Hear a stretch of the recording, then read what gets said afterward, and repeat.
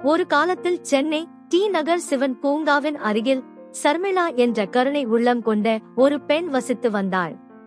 அவள் ஒவ்வொரு நாளும் விளையாட்டு மைதானத்தில் தனது தோழி பிரீத்தியுடன் விளையாடுவதை விரும்பினாள். ஆனால் அங்கு ராகுல் என்ற ஒரு குறும்புக்கார சிறுவனும் இருந்தான். அவனுக்கு மற்றவர்களை ஏமாற்றி விளையாடுவது ரொம்ப பிடிக்கும். ஒரு நாள் மதியம் ராகுலும் ஷர்மிளாவும் ஊஞ்சலில் விளையாடிக் கொண்டிருந்த போது ராகுல் ஒரு புன்னகையுடன் அவளிடம் சொன்னான், "ஹே ஷர்மிளா, ராகுல், நான் உன்னிடம் ஒரு ரகசியத்தை சொல்ல வேண்டும்" என்றான்.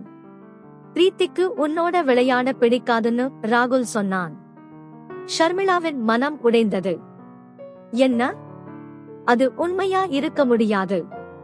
பிரீத்தி என் பெஸ்ட் ஃப்ரெண்ட்.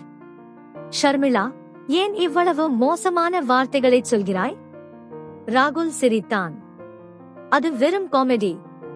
ஷர்மிளாவின் கண்கள் கண்ணீரால் நிறைந்தன.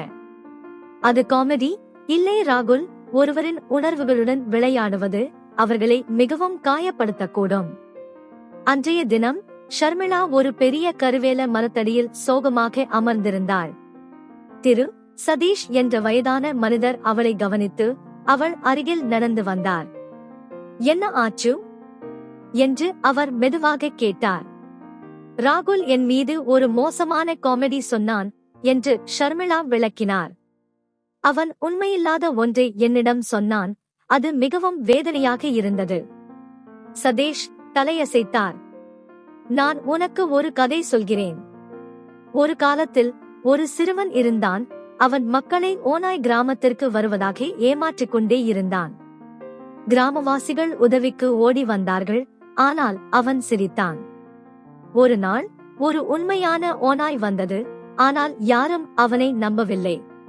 அவனது காமெடி அளவுக்கு அதிகமாக போய்விட்டது." ஷர்மிளா ஆச்சரியப்பட்டாள். "ஓ." மிஸ்டர் சதீஷ் சிரித்தார்.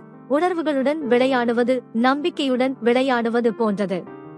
அது உடைந்து விட்டால் அதை சரிசெய்வது கடினம்." மறுநாள் ராகுல் சர்மிளாவை அணுகி குற்ற உணர்ச்சியுடன், "ஏய் சர்மிளா, எனக்கு ரொம்பவே வருத்தமாயிருக்கு. நான் அதை வெறும் நகைச்சுவைன்னு நினைச்சேன். ஆனா இப்போதான் உனக்கு அது வலிக்குதுன்னு எனக்கு புரியுது." ஷர்மிளா அவனை பார்த்து மெதுவாக சிரித்தாள். "சாரி சொன்னதற்கு நன்றி ராகுல்.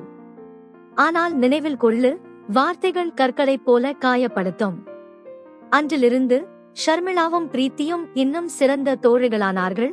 எப்போதும் ஒருவரையொருவர் கருணையுடனும் மரியாதையுடனும் நடத்துவதை உறுதி செய்தனர். கதையின் நீதி: உணர்வுகளுடன் விளையாடுவது ஒருபோதும் விளையாட்டல்ல. கருணையும் நேர்மையும் உண்மையான நட்பை உருவாக்கும்.